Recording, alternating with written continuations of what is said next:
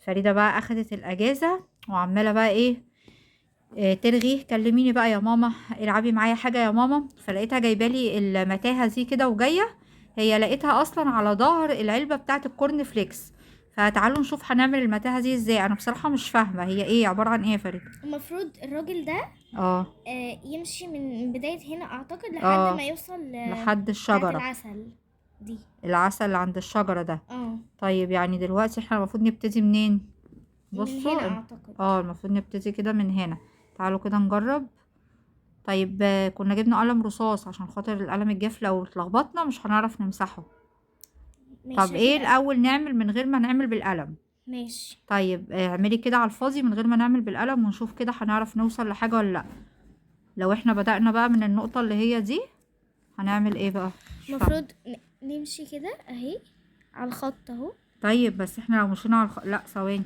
ما احنا لو مشينا على الخط ده هنبقى عدينا دي، هي المفروض ما تعديش من دي. ما تعديش فوق دي صح. اه، يبقى كده. ممكن كده برضو. لا اعتقد ايوه هي هي عادي لازم تبقى بتعدي. حتة مفتوحة. لا، ما هي لازم تبقى حتة مفتوحة. ما كلهم فيهم لا كده. يعني احنا لو مشينا مثلا كده وبعدين كده وبعدين كده وبعدين كده هنلاقي بقى اجزاء مفتوحة نقدر نمشي منها. مم. طيب احنا لو مشينا كده هنوصل ده. طب اللي فوق دي بقى لازمتها ايه؟ مش عارف. طب جربي على اللي فوق كده. في حتة ممكن نمشي منها فوق كده. شوفي. لا، ابدأي من اولها من اهو. اولها. هو ده اولها صح. مم. طيب امشي كده. برضو لا ما في كده في مقفولة حتة. من هنا. هي دي فوقيها فعادي، لكن دي هي لازم تبقى مفتوحة صح ولا دي عادي؟ مش عارف. طب جربي كده. لو مشينا من فوق. لا يا حبيبتي، ما هو من هنا غلط، ما هو من هنا كده. دي ما تنفعش عشان دي مقفولة، دي مقفولة. طب لازم ما تعدي، ما ينفعش تعدي من فوقيها. ما هو كلهم مقفولين طيب. لا هما مش كلهم مقفولين. مش ازاي عارفة. كلهم مقفولين؟ دي فوقيها، احنا المفروض اه. نعدي من اللي ايه، من اللي هي كأنها واصلة بيها دي. دي كده اه جربي كده. لا برضو. ما هو انت ما تمشيش كده عدل، ما انت امشي لحد مش ما تلاقي فاهمة حتة حاجة. مفتوحة تانية. يعني احنا اه اهو ماشي اهو. لغاية ما يقابلك حتة مفتوحة تانية ينفع تعدي منها كأنها كده فتحة. كده. كأنها زقاق كده بتاع ادخل الشارع. بقى من هنا ولا من هنا؟ اه ما احنا بقى هنقعد نجرب لو دخلنا من هنا. هنمشي كده بقى برضو. ما برضو اعتقد مقفول. الحتة دي عادي اعتقد. طيب الحتة دي مش المفروض نمشي فيها، احنا المفروض نوصل تحت. مم. طيب نجرب تاني من تحت كده، جربي تحت تاني. من هنا. اه مش من هنا من مثلا تحت بقى. كده. ايوه. لا غلط غلط. انا عايزة اجرب بس اشوف هوصل ولا لا. وانت هتوصلي كده في خطوة واحدة. ما ثواني. وصلناش. وصلنا. لا بس هي كده فيها حاجة غلط. لا استني كده نحاول ايه نشوف كده هنعرف نعملها ولا لا.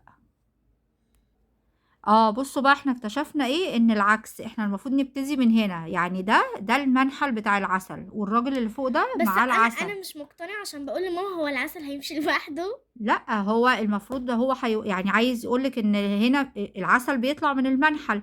هنوصله للراجل ازاي بقى؟ يبقى هو احنا هنبتدي من هنا. جربي بقى ابتدي من هنا كده. ماشي. يلا. ايوه. في حتة لا ايه؟ ما هو صح كده، ما هي دي. ماشي اهو. امم ايوه. مش شايفة. اهو. امشي بقى كده ولا ما احنا هنطلع فوق بقى. ماشي. انا ايه اللي وصلني هنا طيب؟ احنا كده رحنا فوق خالص ليه؟ مش عارفة. وصلنا هنا. لا في حتة غلط. اتقفلنا. برضو غلط. صعبة قوي. ايوه. لا هي مش صعبة قوي بس محتاجة تركيز شوية يعني. طيب فريدة تركز فيها ولما تعملها هقول لكم بقى عملتها ازاي. بصوا بقى هي فريدة قعدت ايه تحاول فيها كده على قد ما قدرت وعملتها بقى بالطريقة دي عملتيها ازاي؟ مشيت كده امم كده كده كده كده كده كده وانا مش عارفة هي كده صح لحد ولا بقى ما غلط. وصلت هنا. بس بس هي انا عندي مقتنعة انا ان عندي هي كده صح، لا انا عندي فيعني قولولنا في مشكلة. الكومنتات هي كده صح ولا المفروض تتحل بطريقة تانية. انا عندي مشكلة ايه المشكلة؟ ان هو هنا محطوط حبل هنا كده. معدي الحبل معدي من فوق، لكن هنا معدي من تحت، فهنا الباب بتاع المتاهة مفتوح، لكن هنا اه الباب بتاع المتاهة مقفول. اه فهو كده المفروض ما تعديش اعتقد من الحتت دي، ممكن تعدي من دي عادي لان الحبل فوق، لكن هنا الحبل ايوه، ما انا تحت. بيتهيألي كده برضه. طيب خلاص، هما بقى ايه، قولي لهم كده ان هما يقولوا لنا في الكومنتات. قولولنا في الكومنتات بقى احنا حلينها كده صح ولا حلينها غلط، طب زعلانه وقولولنا ليه؟ زعلانة لا عادي. اه وطريقة حلها الصح ايه. ماشي خلاص، زي ما قالت لكم بقى كده. قولوا لنا في الكومنتات هي كده حلها صح ولا غلط. ولو عرفتوا بقى طريقة الحل الصحيحة، ولو دي غلط يعني قولوا لنا هتبقى ازاي. انا بقى النهارده ايه، كده كده كنت هعمل لهم بانيه ورز.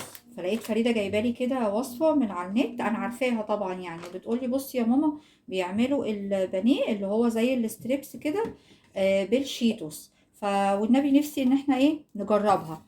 قلت ماشي مفيش مشكله، بس طبعا هعمل كميه صغيره على قد ما هو يعني هما يتغدوا، علشان انا مش عارفه هل هيطلع حلو ولا لا. فهي كمان بقى عايزه ايه تساعدني. قلت لها ماشي تعالي يلا افتحي بقى الشيتوس. فجبنا 2 شيتوس كده. هنعمل واحد بس الاول دلوقتي، ونشوف بقى هل هيبقى كتير ولا قليل. فهي بقى هتفتح الشيتوس وتحطه في الكبة علشان يعني ايه نطحنه كده طحنة خفيفة. وبعد كده ايه نرجع نعمل بيه بقى ايه الستريبس اللي هي طالباه. ونشوف بقى هيبقى عامل كده ازاي. كتير صح؟ لا حطيهم كلهم بس. فهنعمل واحد واحد، لو حسيت ان هما قليلين هنعمل ايه الكيس التاني. وكده كده هخلي الكيس الفاضي ده عشان اللي هطحنه دلوقتي هفضيه هنا تاني. حطي بقى الغطا وشغلي كده الكبة. فيلي. لا لازم، ايوه لا. ايوه. اضغطي جامد. اقفلي بالزرار ده. اضغطي واقفلي مش مع عارفة بعض. طيب انا هضغط لك وانت اقفلي الزرار، يلا. ده. اه بس كده. اعملي بقى الزرار ده على العكس كده. اعملي وسيبي، يعني اعملي تك ماشي. تك. بالراحه بالراحه بالراحه بالراحه بالراحه بالراحه. اهدي اهدي بالراحه. بس هو كده كده كفايه، حلو. افتحي بقى.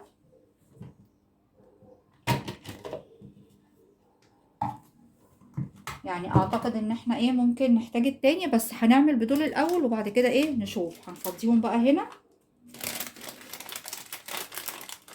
وبعد كده ايه نروح بقى ايه نقلي الستريبس بيه ونشوف بقى هيبقى عامل ازاي. اهو بصوا بقى طحنا الشيتوس كده. بس يعني احنا هنتبل بقى الفراخ في قلب الكيس كده زي ما هو. يلا فريده بقى هي اللي عايزه تعمل برضو، فايه هقول لها ماشي عشان خاطر ايه يعني ما بقاش بقول لها لا، واعودها كمان ان هي تساعدني. اقفلي بقى الكيس كده. كده ايه بالليل ده كمان. ربي. بس افتحي كده نشوف كده ايه مسك فيه ولا لا.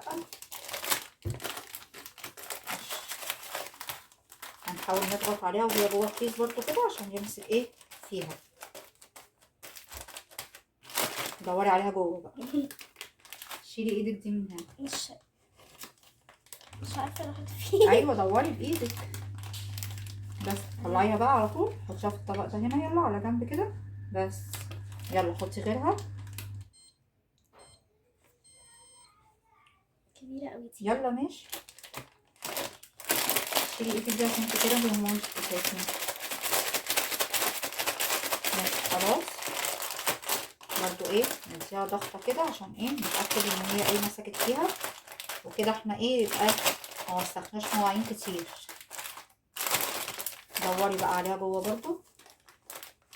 بسيها. طيب يلا طلعيها. لا بس انا حاسه ان هي كده كانت المفروض تبقى مفروضه. افرزيها كده بايدك الاتنين يا ماما. كنت عايزة تبقى مفرودة. اوعي افردها شويه. هي عايزه تتحط مفروده بصي.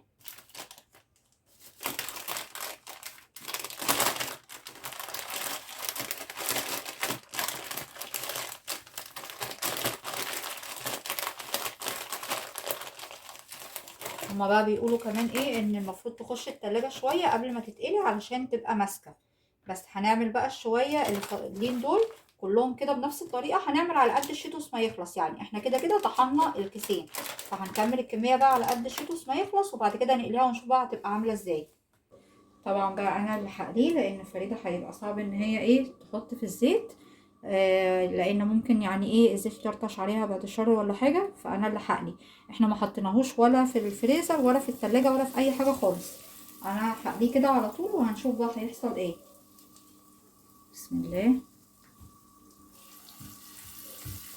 هو انا بس خايفه لحسن يفك في الزيت، مش عارفه بقى يا ترى هيفك ولا لا، هيبان دلوقتي.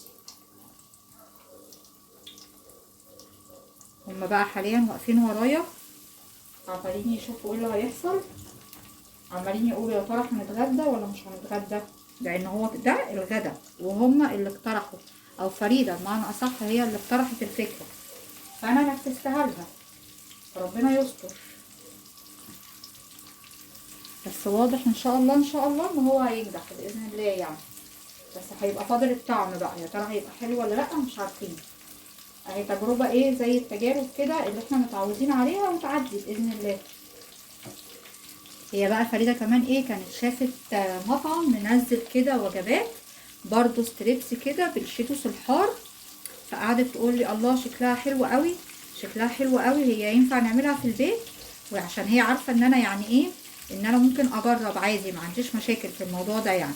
قلت لها ماشي نجرب مش هنخسر حاجه. حطيت شويه بقى في الزيت كده يحمروا من الجنب ده واقلبهم على الجنب التاني. انا قلبته بقى خلاص كده عن الناحيتين وهو كده تقريبا خلاص استوى. بس الغريبه بقى ايه ان هو يعني كنت متخيله ان هيبقى لونه اورنج، لكن هو لون البانيه العادي، يمكن افتح من لون البانيه العادي كمان اللي بنعمله بالبقسماط والفيجيتار. ايه السبب الله اعلم، يمكن عشان خاطر اللون اللي في الشيتوس ده يعني ده لون ونزل في الزيت، انا مش عارفه بقى بصراحه. المهم ان هو استوى دلوقتي، هو ريحته حلوه بصراحه. بس يعني كمان عايزه اقول لكم ان هو مش واخد القرمشه القويه اللي احنا كنا متوقعينها وزي ما الناس بتقول. انا حاساه زيه زي برضو البانيه والفيجيتار. اللي هيحكم بقى والفيصل دلوقتي هيبقى هو ايه الطعم كده. فهنطلعه وهجيب فريده تدوقه علشان خاطر هي اللي طالباه وتقول لنا بقى ايه رايها ايه. بصوا بقى انا طلعت الكميه اللي احنا عملناها، بس انا ايه عملت شويه صغيرين طبعا عشان دي تجربه. انا خلاص دقته بس مش هقول لكم رايي غير لما فريده تدوق بقى هي ايه وتقول رايها. خدي الطبق عليكي كده ودوقي بقى كده واستطعمي وقولي بقى حلو ولا لا ومقرمش ولا لا. دوقي بسم الله.